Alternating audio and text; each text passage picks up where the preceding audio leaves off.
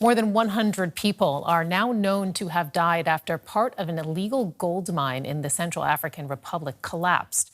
Red Cross volunteers say that hopes of finding survivors are fading.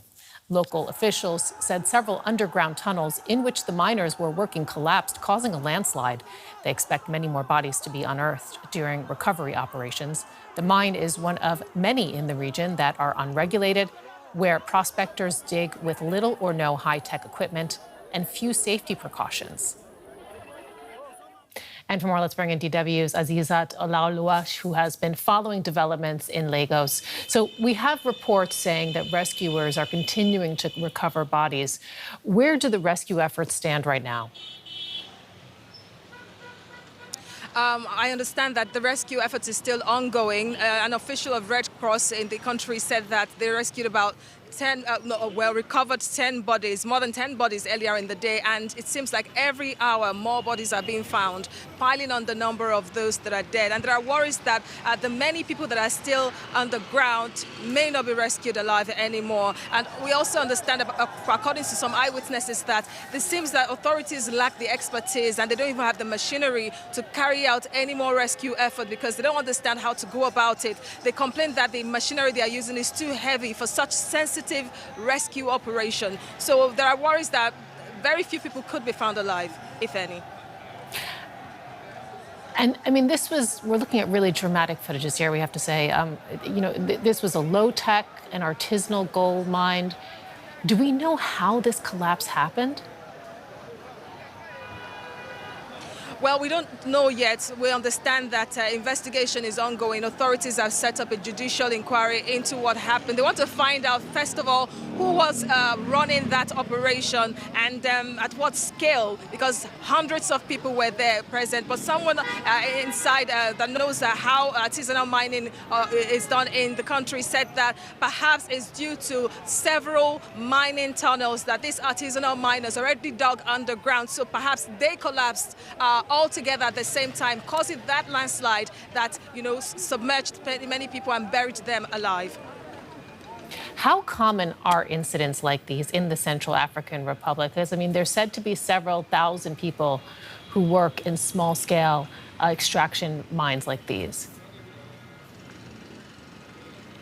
Well, that's a million-dollar question because opposition figures have even come out to question why authorities have not clamped down on this artisanal mining business in the country, because it is not well regulated. The structures are not well put in place. So these people pretty much dig with their hands, in order to make a living for their families. And there are hundreds of people, able-bodied young men in the country, who believe that this is their main source of income, and they treat it as such. So they put in their all to be able to get whatever gold they can mine in order to survive. It is not well regulated. People want investigation to be independent, so that whoever doesn't even do their job, that is part of the government that is supposed to regulate it, should be brought to book.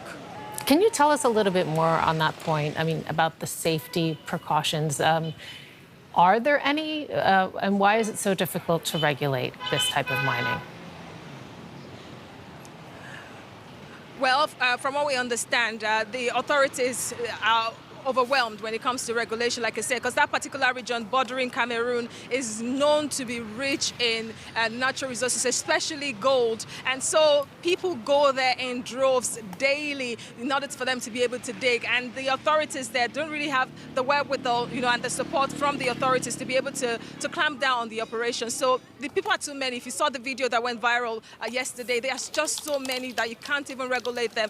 And such disaster, unfortunately, is not uncommon in Central African Republic, alluding to the fact that it's not regulated.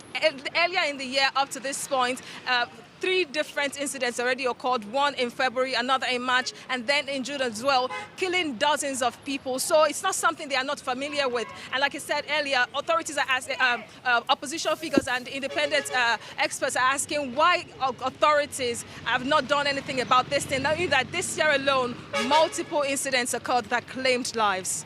We're hearing from local workers on the ground, and they have, been telling reporters that this response now has lacked the equipment and the expertise that would be needed for a disaster on such a large scale. And I'm just wondering, where the pleas stand right now to get such equipment like this, given what you've said earlier, that this is not the first time that this has happened? Unfortunately, that's why people are afraid that there might not be anyone rescued alive. And from this point moving forward, because what time do you need for you to be able to get the necessary equipment to rescue people? And an eyewitness even said that while some people were trying to rescue some of those that were stuck underground, they suffocated to death. So imagine those that are still buried under the rubble with sand all over them. It means that every moment counts, and authorities may not have enough time to get the necessary equipment they need to do the job, because people have already lost hope. Those on the ground have lost hope that they lack the expertise and they lack the machinery they need to rescue these people. And people are already saying it in hush-hush tones that it doesn't look like a rescue effort anymore. It's more of a recovery of bodies. Thank you so much for your reporting there on the ground. DW's Azizat Olalua, thank you so much.